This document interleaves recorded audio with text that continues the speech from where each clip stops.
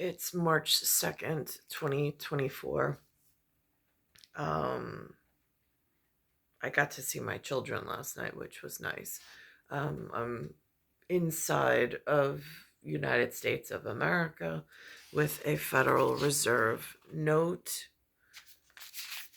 the ONE on the back of that, and the In God We Trust. On the Jackson front porch, it's President Joseph Biden is the current seated president. When I'm watching this morning, I was watching some Star Trek because my heart really yearns for the Astrometrics lab. Like,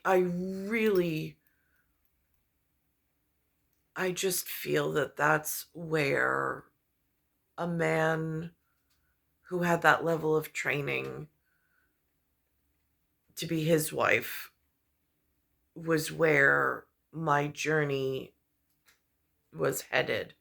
Somewhere in that form of staunch yet genteel, genteel to me and the children, but yet staunch in public relations to the outside world. Again, it's just what since I was a child, I've always yearned for. Um, how we are in the house, and then how he is to the outside world may look like two different men, but it is whatever it is. I mean, that's just the way I was raised. Um, so, and that's what I was raised with expectations for. That is not what I call toilet paper, that whatever was whatever. So, they mentioned this Astrometrics lab, which in Star Trek, it's about building climate, and it's about building almost like the weather pattern, which I get that. But then there's this other section of Astrometrics, which I don't have a word for. It's somewhere, I suppose, between a Star Trek version of Astrometrics on their level of crew and scientists and uniformed officers, and then where I am in, I don't have a word for it, on the side.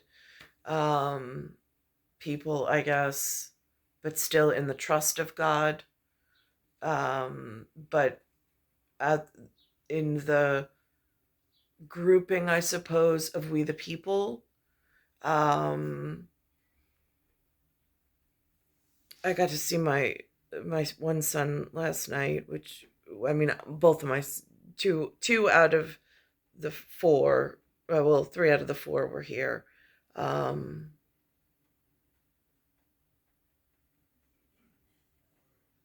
I'm just so proud of the fact that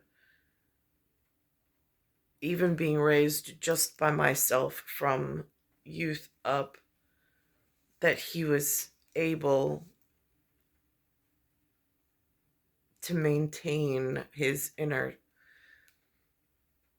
So, anyhow, so I'm looking at this morning, they have a piece from the TV or the television, um, something about red cows in a faraway land. It's outside of the United States of America. Um, it's not in Europe. It's in, they call it Middle East. So they have, again, they use this word story, but like he says, it's it's something else. And again, somewhere between a Me Too movement and a NATO, I don't know how that dance works, for the safety of the God trust and the We the People. this morning on the CWS, they also mentioned something of a members only, where these groups of persons get in, like they have money and access and to resource and money and the ability to make money and the ability to spend lavishly on themselves in what they refer to as member only clubs. Never heard of such a thing. Um, and so they have that televised this morning, along with this red heifer and Jerusalem piece, which I have no idea what that whole, like, if that is a series of episodes on like a television drama that's going on right now. I really don't know their drama. It's handled by I don't know what. Um, I'm assuming by the custodian, but again, in the whatever. Um, and then after they tell of this, like, almost,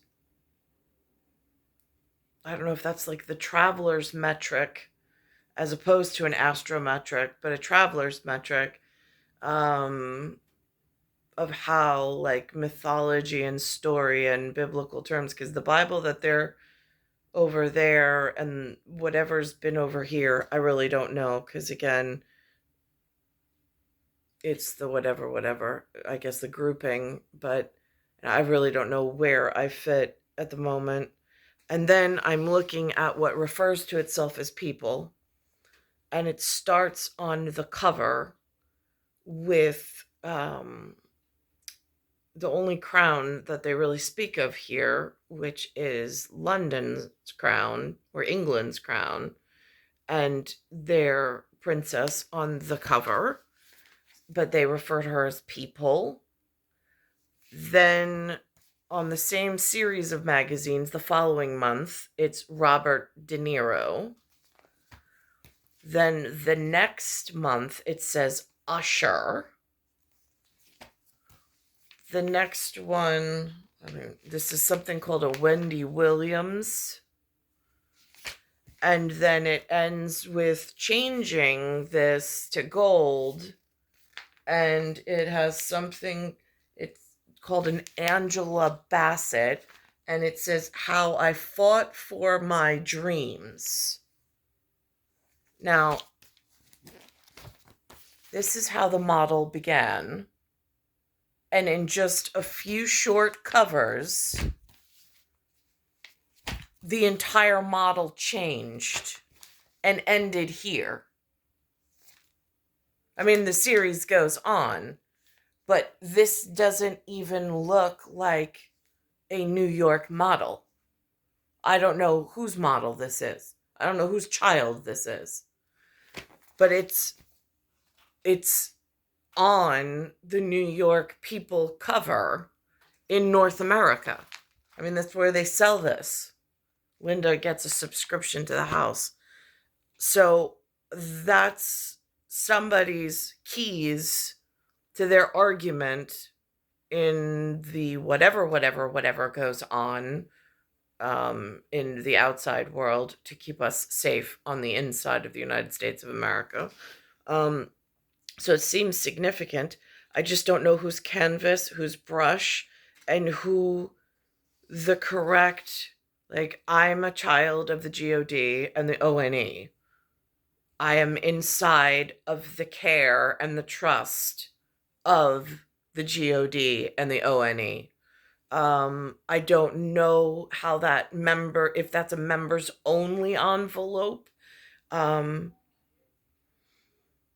But again, it's a treaty organization, and I have some things going on, not only with Sunlight, but with Children of Earth who have traveled into New York. And I don't know what the custodial arrangement is or whose children they are. And I don't know how to get to my representative exactly.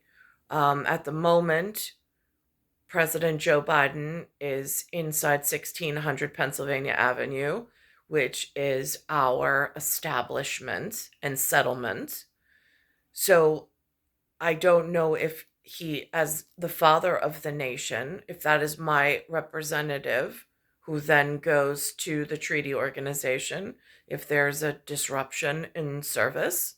But there are some things that he needs to know on my behalf if he's the microphone and the spokesperson. But then there's also this new age problem. Like growing up, I never would question that Joe Biden would have my children and myself with future White House expectations in like the family organization process based on the monetary. It's the standard model of the monetary. Without this, then there's no more ONE. There's no more, I mean, like, this has significant weight in personalized relationships. So again, I'm watching like how, as a microcosm, and then how the world stage, and where I'm stuck. I was raised better than where the life course, which I feel like is discourse, where I got shoved in one of the songs on the radio, because I'm listening to the poetry that some of the singers have, because one of them was Fall Out Boy, which I'm in a fallout area, and it says, "My songs know what you did in the dark." It's almost like the songbirds, but like that's in a hive mentality. Um, and it's this neural network and connectedness, which again, when the machine in Astrometrics, if and only if on an emergency basis something happens, they have some kind of like monumental discovery and they pause the earth, and its Astrometrics lab pulls a human out of their normal day-to-day function in like I'm in 8-foot ceilings and I'm in a series of rooms, and they pull them into this Astrometrics lab to have a real life conversation with the affected individual, um, in order to resolve other more frightening things that go on in the other parts of the system. Um, that is incredibly significant. So it's just how these pieces and this time in sequential order for correction fix itself.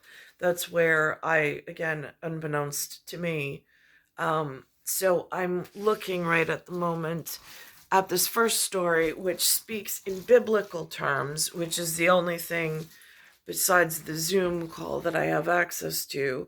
So I'm listening to this red heifer story, and how the two sides are speaking of it in this faraway city that does not, you have to cross the water, which I don't have access to, and how their believers are speaking on it. And then I'm going to come back to what the children my son's age, there's a thing about politics on it. And I'm going to speak on when it was my turn, being born in the 70s, and growing into maturation, and then what they're picturing as microphones and how they're posing this for children of children born in the 90s, still in the 1900s. We haven't crossed over to millennial yet. And what their conversation is right now. Because the genetic person that they chose for this conversation, he even says, he's like, the political system and poli-science should be actively like coming after you and like wanting your engagement in this or whatever. And I'm thinking to myself, even when it was my turn, being born in the 70s, nobody came after me or explained to me poli science or the political machine or system inside the United States of America, even with George Washington as first general and first president with the ONE. No matter what administration it was, because that's what 1600 Pennsylvania Avenue deals with the treaty organizations. But as an individual, I was not taught poli science, not in like here's, and again I have to be careful with it because like technically were there many sciences and mathematics? There was, but not in like an astrometrics laboratory. Like it's, I have to be really careful. Like, what was I fitted for in career that I could grow into? And like, where were they steering me for marriage and childbirth as an RH sensitive? I I remember my parents. I mean, we didn't have any um, interactions with police officers. I didn't even know what that was. And Linda and Lou called them one day and invited them into the house, and they sat in my teenage room with me. And I think I was off from work that day. I wasn't babysitting. Um, and I was in the room with these two police officers in their full uniform. And I had no idea. I could read police, but I had no idea what it meant. No idea what the career looked like. No idea what their function was. No idea what the words even were, because nobody spoke of such things. Again, like I wasn't, like I don't know what the plan was or lack thereof, but it's been a series of rooms with very little exposure. And I don't know if that's to benefit the Astro Lab or who that's to benefit, but it has not been a benefit to me because I'm almost like outfitted. Like, where do I fit in? How do I make money? How do I get myself from here to the grave? I mean, like, there's just like, who's responsible for even this level of questions from me? There's no representatives. One trigger for the Hamas rampage has been widely overlooked. Chris Livesay has the story from Jerusalem. The infamous October 7 massacre that sparked a war. But one confounding yet eye-opening motive has escaped the headlines. In a recent speech, a Hamas spokesman blamed the Jews for bringing red cows to the Holy Land. The cows he's talking about at a secure, undisclosed location are these. Red heifers, to be precise. Some Jews and Christians believe they're the key to rebuilding the historic Jewish temple in Jerusalem. Now, he uses the word Christian. I've been on Zoom with what's here, and there's been no talks of cows or heifers. I don't know, like, they use this umbrella term over the water, but interior, this message is only coming in through a television. But where it is in movement or action, I have no idea. I don't even know what this references out to or equates out to. And is this a movement? Is this an explanation for the treaty organization? Like, I, at my level, would not even, in a series of rooms stuck between the here and the there, I don't know. Jerusalem and to beckoning the Messiah. To understand, you have to go back nearly 2,000 years when the ancient Romans destroyed the last temple in the city. To rebuild it, these believers point to the Bible's book of Numbers. It commands the Israelites to sacrifice a More things. I don't even know what Babylon is. In on Long Island, it's a town. It's not, it's like a physical place, and it has, but in biblical terms, this was not taught in school, not in Sunday school, not in weekly school. I have no idea what this is, and I don't know whose agenda this is. Um, and I don't know how it correlates, or in astrometrics in like Mathematica and Capcanius calculus, I don't know how to stay on the good side of the God and the ONE, not wanting to disrupt the rest of my life and my children's journey. A red heifer without defect or blemish, and that has never been under a yoke. Only then can the temple rise again. And I don't know what a yoke means. I've never heard that before. Caring for them on an Israeli settlement in the West Bank is Yitzhak Mamo. So we have here, after a long research, we find in Texas.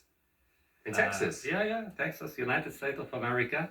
Texas Red Angus, flying them 7,000 miles to Israel. This is not a publicity stunt. What do you mean? Meaning, this is something you take very seriously. Harry Potter is a good story. The Bible is not story. The Bible is a way of God to lead us. A massive altar already awaits, where the heifers are to be burned. According to some believers, the ceremony needs to be performed right here on the Mount of Olives, looking directly into where the temple once stood.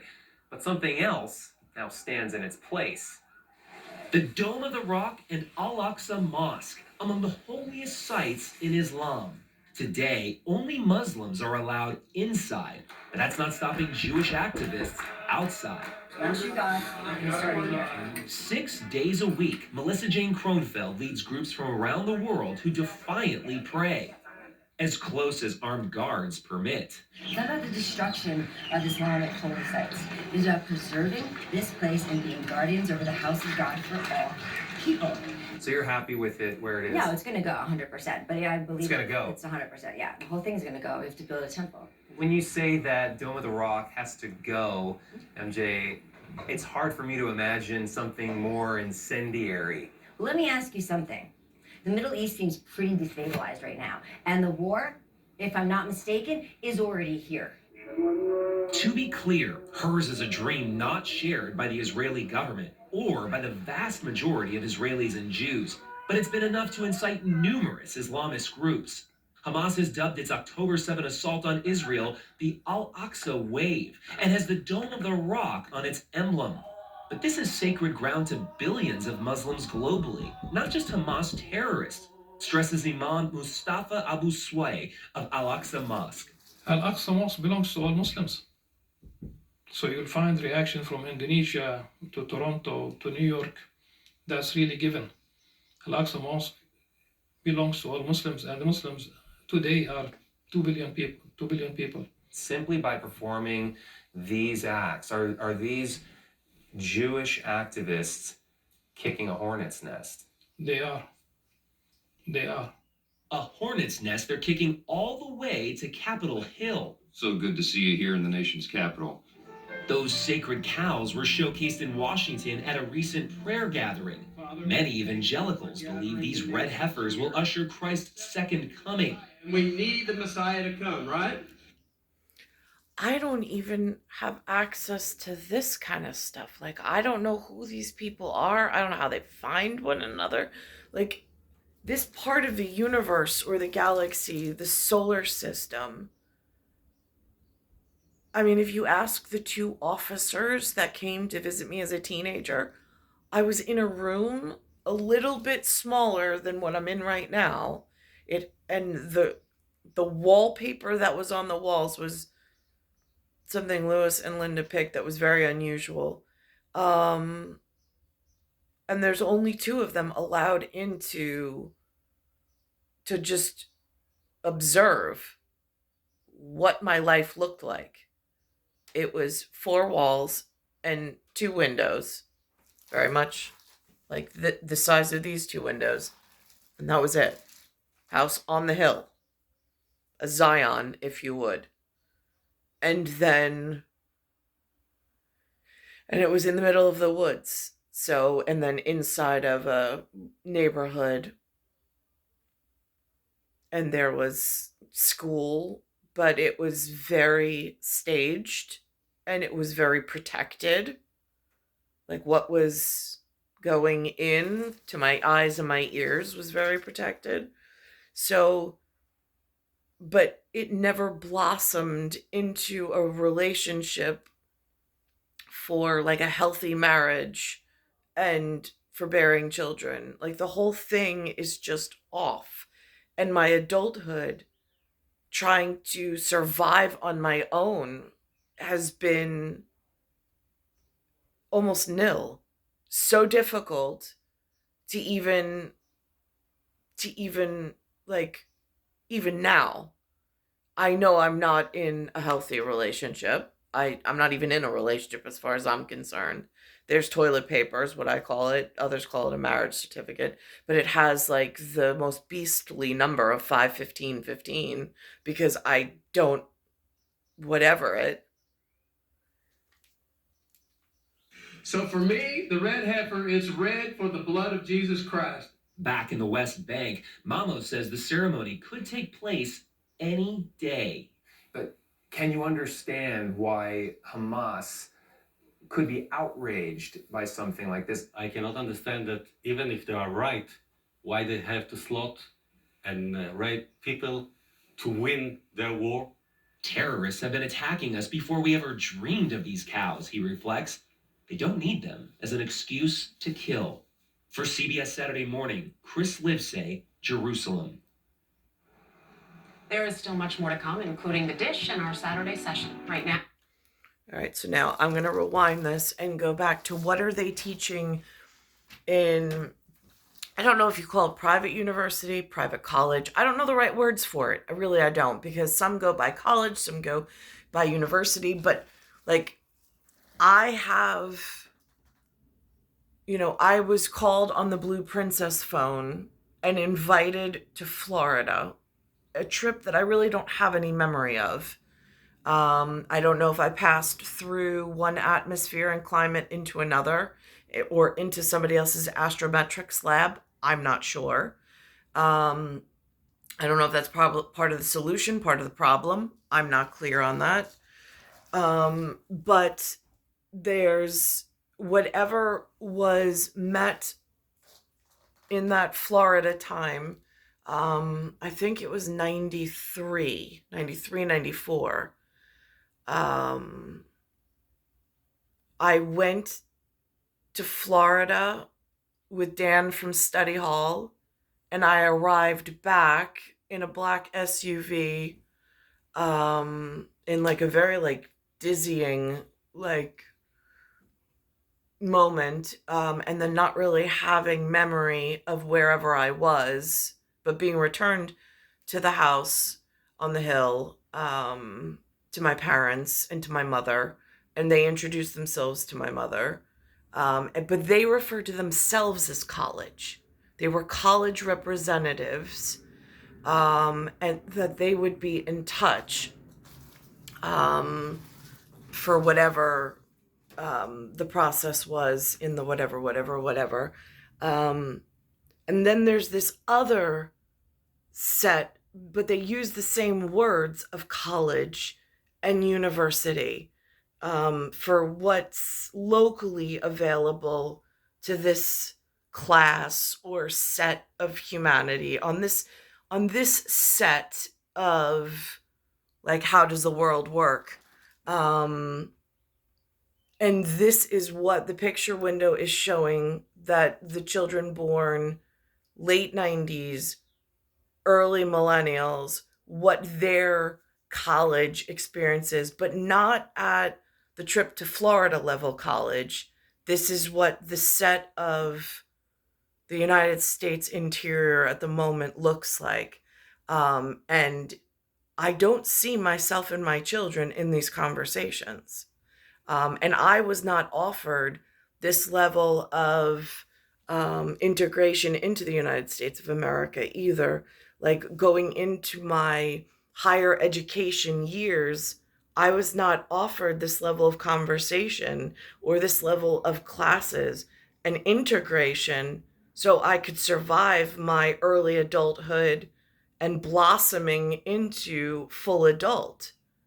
I don't know why I mean, it really feels like being held a prisoner, like inside of the system that's supposed to know you're here and keep you safe. And I don't know if they're doing that as a metric. Is that a byproduct? Is that purposely done? I don't know. I'm going to pause this for a second and pull up that story. So here's the story of what they refer to inside of America as university and college, but it is different than other college that I've been to where they were, let's just call them like the Astro Lab or like the Astrometrics Lab, as opposed to whatever the series of rooms I've been in on this side of New York since a child. Only a few states hold as much importance in the presidential election as Michigan. Republicans and Democrats have traded victories there in the last. Now, this is the transmission being sent into New York. I'm still inside the United States of America. This is still our monetary system. Still has the ONE on the back of it. And it's still the Federal Reserve note with the "In God We Trust." As is the White House representative. And then for some reason, somewhere in space, from the universe, the galaxy, the whatever, however satellites and space works, they are beaming this reporter into my living quarters in the series of rooms I have access to in New York.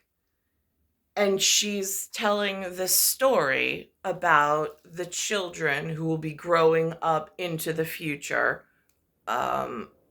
inside America, which is where like gardening and opportunity and planning come in, which is why I'm confused why I had such a disruptive lack of life. I mean, like where you quality and quantity, there has been like not much. It's an opportunity, but this is what is speaking. And then there's other genetic variants here as well. I guess that's where the treaty organization comes in, with whomever they have treaties with merchants and the shipping and containment issues that go on. But I don't understand why they're in airspace being piped in, why it's not a unified American front, it's an American message. Why is the microphone coming in appearing to be visually different than the standard model of America? Why are the models changing? That alone is very concerning because there's not a unified front. There's not a standard metrics. And then having to defend this level of communication becomes very and then that's where, I mean, I call it freelance, but it's almost like Lancets of poking holes in someone's defense, which then means we're vulnerable, which then makes it more frightening for the children, for management, for cooperation with whatever keeps us safe. Last two presidential elections, and its 15 electoral votes will make it one of the most hotly contested states this year. In 2020, Joe Biden won Michigan by about 154,000 votes. But while he fought Donald Trump to a near draw in all age groups over 30, President Biden won decisively amongst 18 to 29-year-olds. Scott McFarland met with young voters in Michigan who are likely to play an outsized role in the state and this election. A soccer prodigy at the top of her class, Jaleese Anthony was recruited by 4 Division I schools before choosing Oakland University outside Detroit last year. But if you think she was sought after then, just wait till November. Have you ever voted before? Nope, I just turned 18 last year. First one? Yep. She's a new voter, open-minded and uncommitted. I'm excited not because of the candidates, but because I'm interested in politics and it's my first time getting to vote. But I think if you don't have that background and you don't already care, you're not going to want to turn out and vote to like a 12. Okay, now I want to stop this for a second. The series of rooms that I was within when I was in Lloyd Harbor and Cold Spring Harbor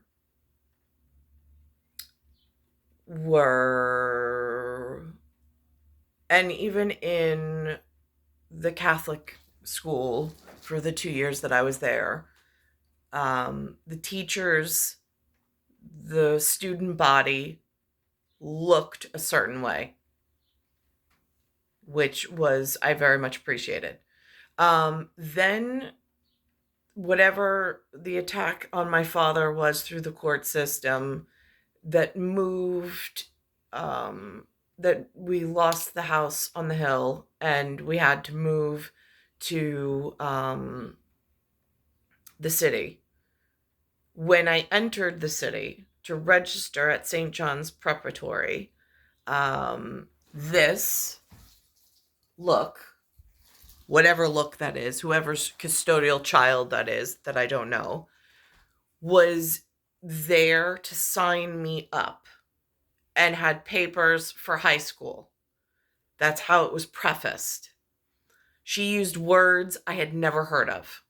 Again, I had a very specific astrological cancer diagnosis as a child, and I'm an astrological Leo.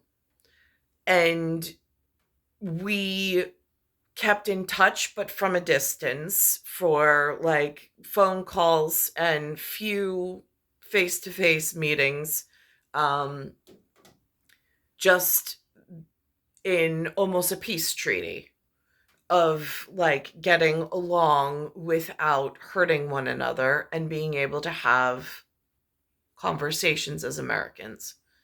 I guess one might say like a Pocahontas and John, or a Pilgrims and Indians came to the table at some point and were able to be civil. And then there's this that showed up, very aggressive, and used words I had never heard of, but a very aggressive towards my person. Like already had some built-in intolerance and hatred of me, was not clear.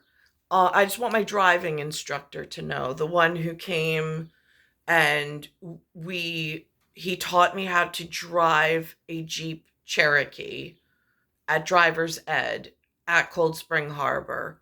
And he was asking about global studies, which they took away and put me in Mr. Healy's study hall, which then led to meeting Dan. And I think Dan had a Brady Bunch friend, but Brady Insurance is somewhere in Huntington. So whatever, in the whatever that meant.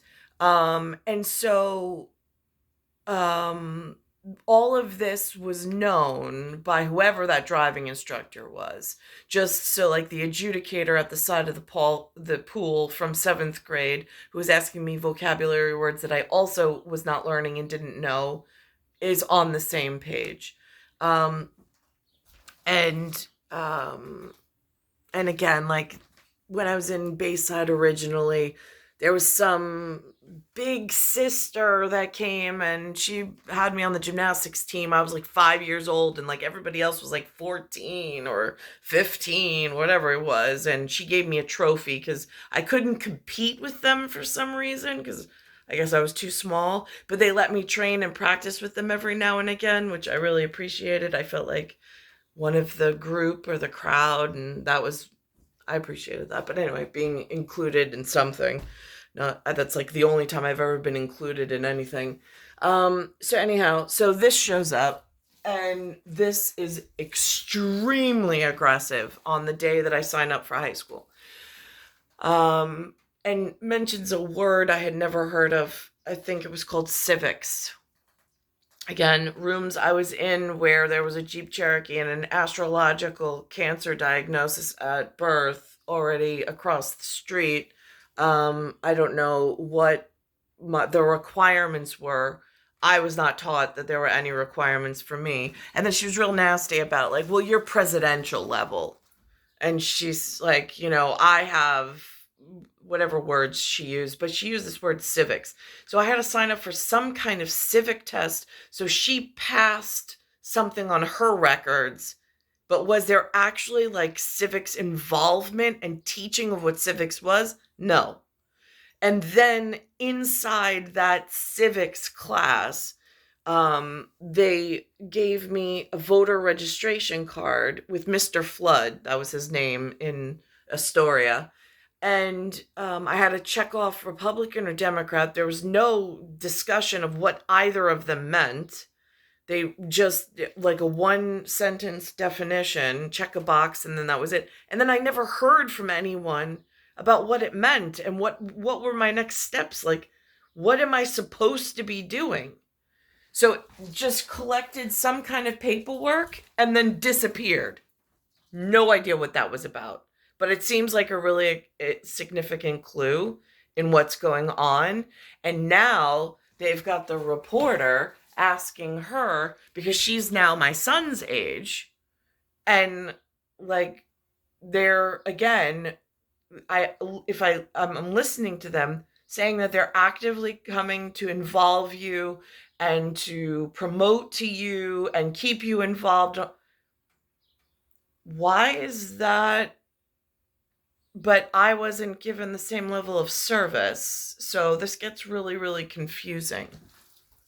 And this is one of, like, not her exactly, but one of her relatives or ancestors or something that looked in this portrait was what was at collecting paperwork and then disappearing into, like, the population of humanity within my life frame. And there was no further contact or guidance or anything for what I needed to be doing. And it's just like, I don't know where to go at this point in order to make enough money to just take care of myself from here until whatever, and to be able to meet somebody who's worth, like, being around and who's built more like what I was built for and designed to be part of. 2020 rematch. You know they're going to come after you. They want to recruit you. They want your vote. They want you to show up early. They want you to vote for the whole party or the whole slate. Do you recognize that? Yeah, but I don't. But why? Why her? Why are they going so heavily after her? And why is the same amount of care and effort? Why was that not given to recruit someone like myself and my children? Like, that's what I just don't understand. At, like, what direction are we headed in? And what's going, like, what was built here as a safety feature for myself and my children? I don't really think that a lot of people in our generation care about that unless they really have been educating themselves along the way. In 2022, no state had more of its college students vote than Michigan, providing the winning margin for candidates up and down the ballot. But in 2024, people are just so polarized now. There appears to be less fuel in the tank. The polarization and how the last election cycles have gone has either invigorated them or made them totally check out of politics. We sat with a group of 5 college students from this university, which sits deep in the suburbs that are critical to winning the election. Hey, Mark. All of whom say they follow politics. Raise your hand if you think you're a conservative. That's Lucas Zelinsky, who previously supported Trump, but rejects false claims the election was stolen. And Max Recknagel, a football player who says the border and gun rights are key issues. Raise your hand if you think you're progressive. That's Janice and Natalie Petula, a poli-sci major, and Peyton Bucky, who works for the school newspaper. But you all are disappointed by the likely candidates. Why is that? Well, we gave Trump a shot. We don't like him. Biden can't get through his speech. That was pretty funny. And now we're gearing up for the exact same thing again in 2024. It's shocking how we got here. They don't want the rematch. It's going to be my first presidential election, so I'm excited for that. But like actually figuring out who I'm going to mark down.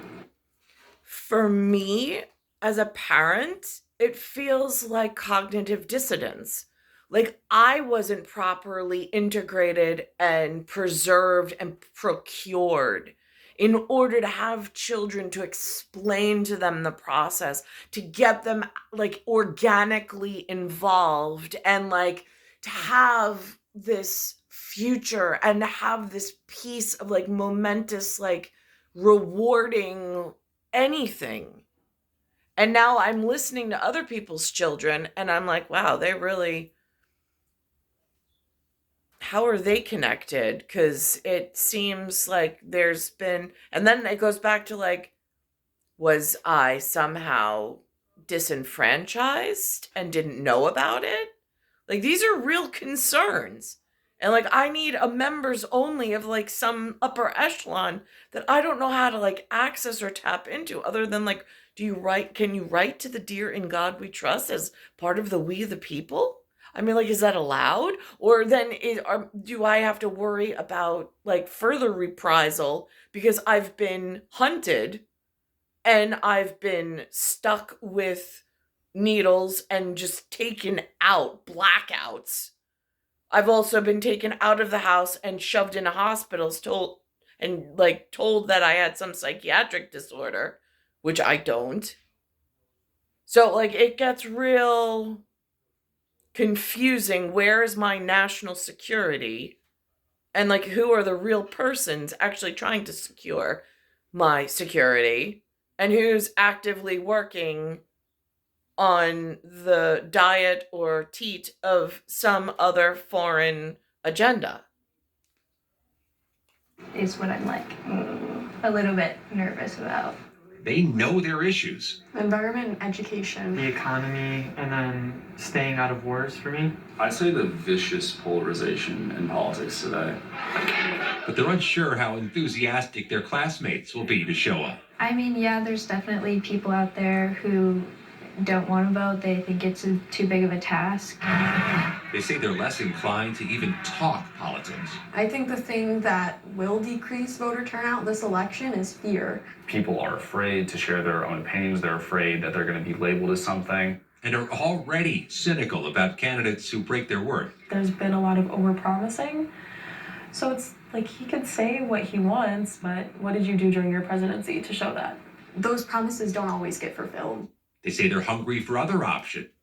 And then there's things like, and again, I don't know anything about President Trump. I don't know anything about President Biden other than they have the respect of NATO, North Atlantic Treaty Organization, to have the hot seat, or I've heard it referred to as the puppet and the puppet theater from the masters of the theater.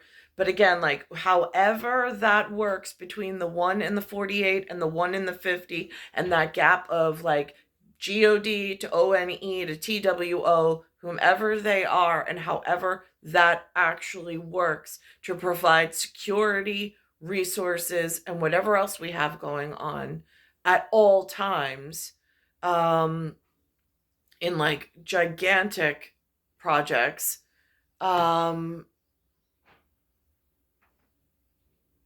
for Trump to have come out and then to have this attack of him, and when he's speaking of on immunity, and then I hear the younger students saying like, no, if you come out to vote, you should be able to vote without having to worry about being attacked. And then I get that there's this gray area of when it's acceptable, when it's not acceptable.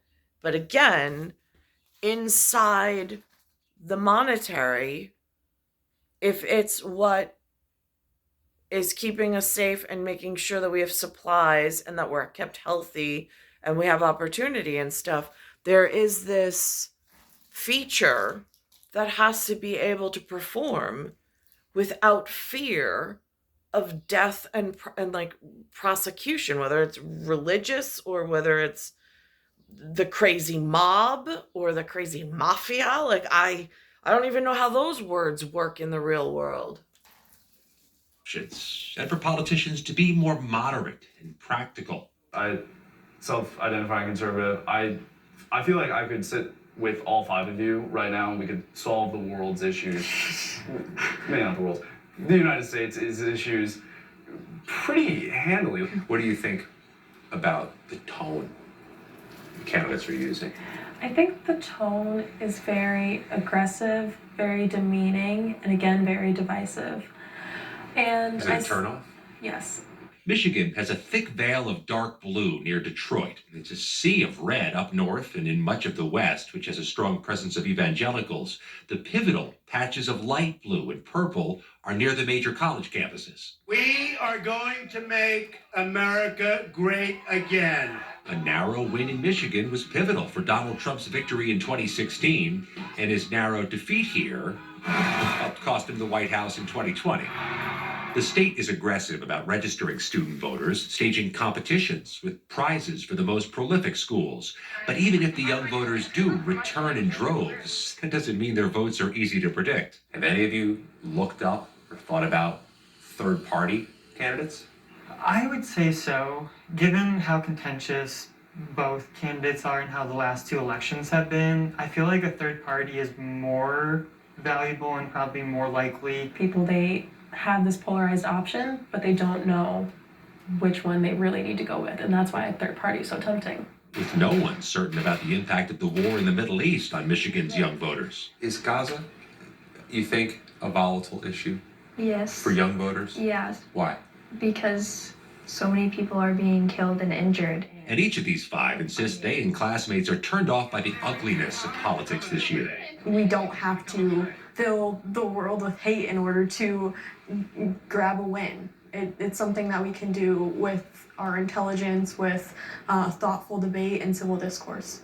David Dulio is not just a political scientist, he's a professor here and has warned his students they're going to be targeted. We are going to be inundated with a wave of ads from candidates, micro-targeted students' phones on social media sites, YouTube and TikTok. Does the saturation they're about to experience make them more inclined to want to be a part of the system or turn out politics altogether? Let's put it this way. I think they're diminishing returns. Frankly, the college kids here in Michigan, around the country, look at Biden and Trump and say, I got these 2 old white guys.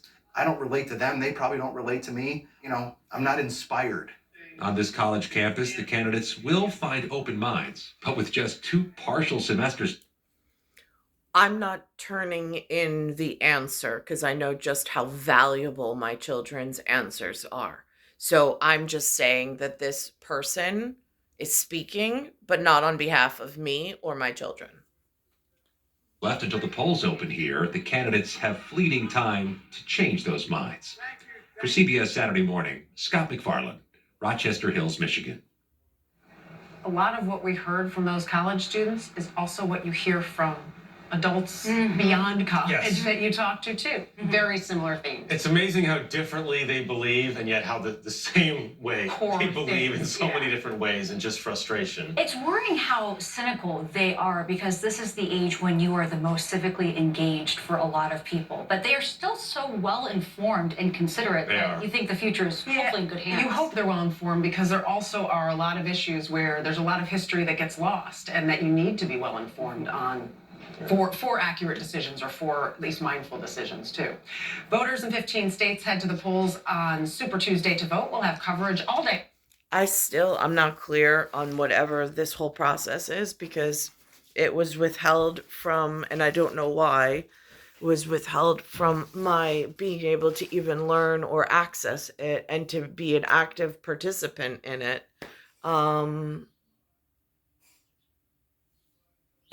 And again, I don't know whose agenda this is. I don't what the education plan and the opportunity to participate as an American, or was I destined to be something else, not American? I don't know.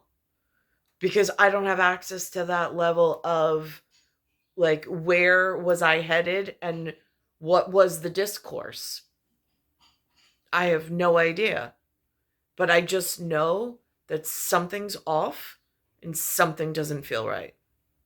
It's star 1978, star 8378, Nicole, Cattaruzza, it's Earth, solar system, Milky Way, universe, galaxy is broken. It's Bayside Station, Bayside, New York, 11361. And this is the flag at the moment.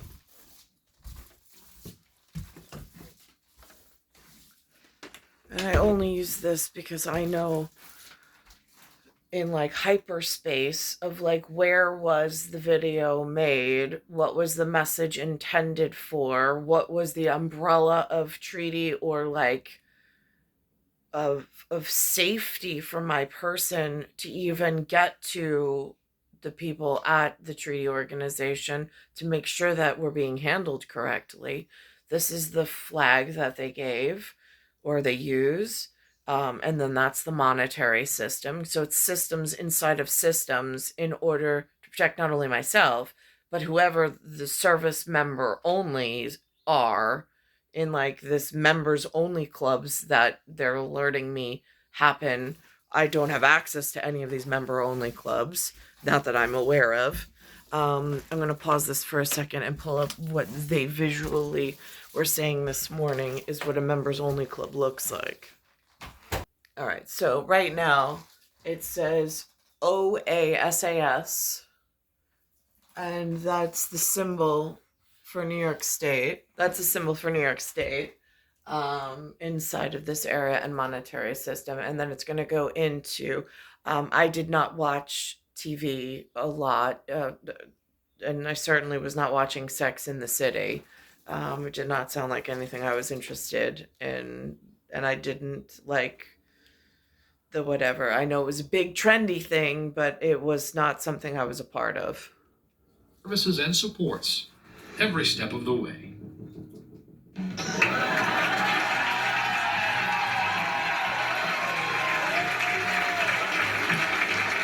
Aye, Captain Blackout reporting for booty. I'm kidding, Cole. Try not to get lost at sea, Jost. Now, as a member of the Soho that's Soho House, you gotta be a member to get in.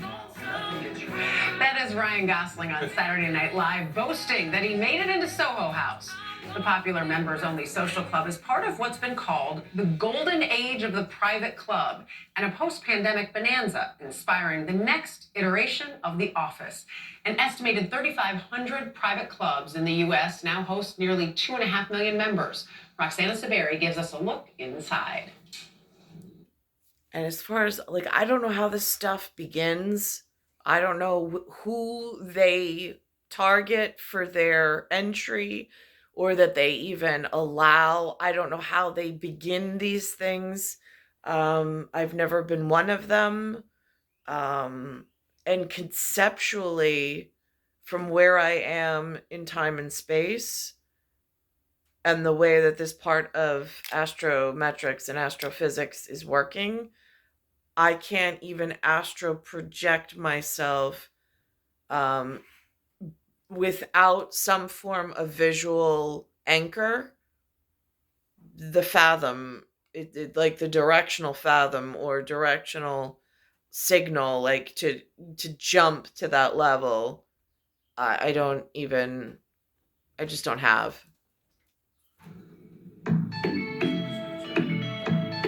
Noon. Yeah. Members-only clubs are popping up for fans of pretty much anything you can imagine. How did Soho House become a place to see and be seen? Well, I think that happened naturally. Founded by Nick Jones in London nearly 3 decades ago, Soho House is one of the fastest growing. It's a community, a private members club where people sort of feel very much at home. The company now has 42 locations worldwide. The first of 15 in the US was this one in New York.